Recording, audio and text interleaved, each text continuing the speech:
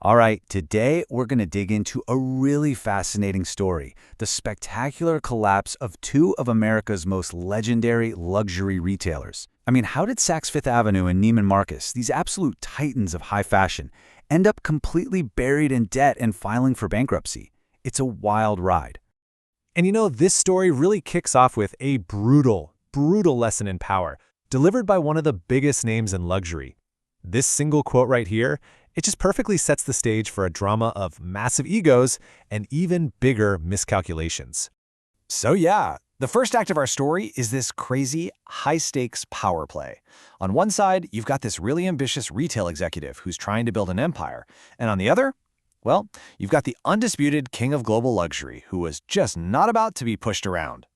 And this is where you can really see the fundamental clash in strategy, right? You've got Richard Baker from Hudson's Bay Company, and his whole idea was, hey, if I can just buy up enough of the market, I'll grab Saks, then I'll grab Neiman Marcus. I can force these powerful brands like LVMH to play by my rules. But Bernard Arnault, a guy they call the Cashmere Wolf, well, he had a very different idea about who was actually holding the cards. And this is how Arnault decided to make his point. He literally just pulled his brands from a single Saks store in New Orleans. Poof! Gone. Taking $15 million in annual sales with him. Can you imagine?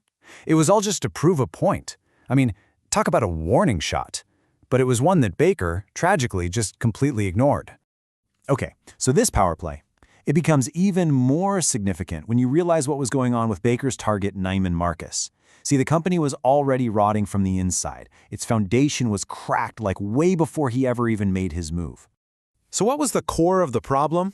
Well, for about 15 years, Neiman Marcus had been totally hollowed out by the classic private equity playbook. The company was just suffocating under an astronomical $5.1 billion in debt. That's 12 times its yearly earnings. It was completely impossible for them to invest in anything, to innovate, to do anything, really.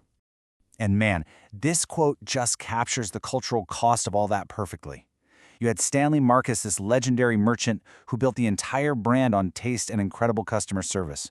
But as one attorney pointed out, once corporate America took over, that soul, that merchant-led spirit, it was totally replaced by financial engineering. And, well, the company just got screwed up, to put it mildly. And even after a bankruptcy that wiped out 4 times billion dollars in debt, you'd think things would stabilize, right? Nope. The turmoil just kept going. They brought in leadership from the cruise industry, not retail. The company started being run from New York, completely disconnected from its Dallas roots. And then, huge brands like Gucci just lost confidence and pulled out. So this wasn't a healthy company. It was just a less indebted one. So that was Neiman Marcus. Meanwhile, a whole different kind of decay was happening over at Saks Fifth Avenue. Here, the problem wasn't just private equity. It was a leadership that valued spreadsheets way more than the actual products on the sales floor. I mean, this contrast right here just says it all. On one side, you've got the former Saks CEO, Mark Metrick, who everyone called the best numbers guy in the business. And on the other side, you have Stanley Marcus, a guy who built an empire on pure merchant instinct. Metrick, he was a wizard with Excel, no doubt, but he didn't really get fashion or customers or the people working in his own stores. And, that kind of approach, it has consequences. He got totally obsessed with e-commerce growth. But here's the kicker. He made the critical mistake of completely separating it from the physical stores. And analysts literally called it exactly the wrong thing to do. He was chasing all this digital buzz, but in the process, he was pushing away the very core of his business. Which brings us to the key strategy that ultimately watered down both of these incredible brands into shadows of what they once were.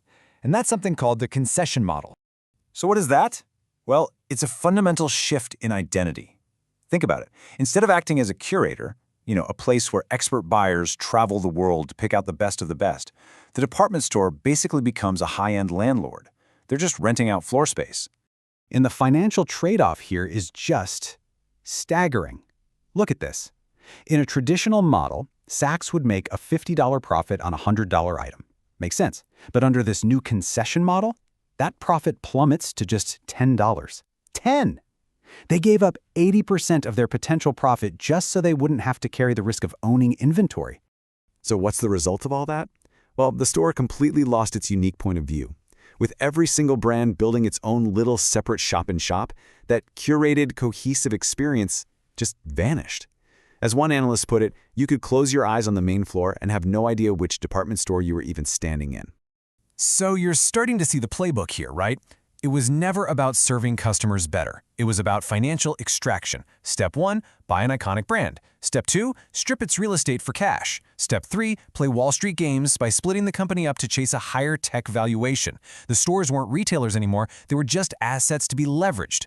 So you take all of this, the debt, the delusion, the obsession with spreadsheets, and you get a perfect storm. And it all leads to one inevitable destination: bankruptcy.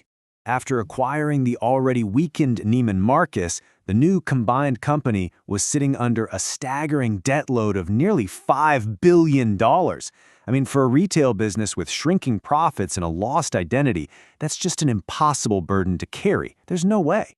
And this is the real-world result of all those financial maneuvers. It's not just numbers on a spreadsheet. It's iconic stores, like this one, shutting their doors forever. A whole legacy just erased. And there it is, less than a year after this grand merger, the one that was supposed to give them all this leverage over the luxury world, the entire enterprise just collapsed. The best numbers guy in the business had successfully optimized his company straight into Chapter 11, which, yeah, is a type of bankruptcy designed to let a company reorganize, but let's be real, it's a failure. And ultimately, this quote just nails it. It captures the entire story perfectly. These companies stopped being treated as retailers with actual customers to serve and instead became financial playthings to be manipulated. And in the end, that was their undoing. And that's really the question this whole saga leaves us with, isn't it?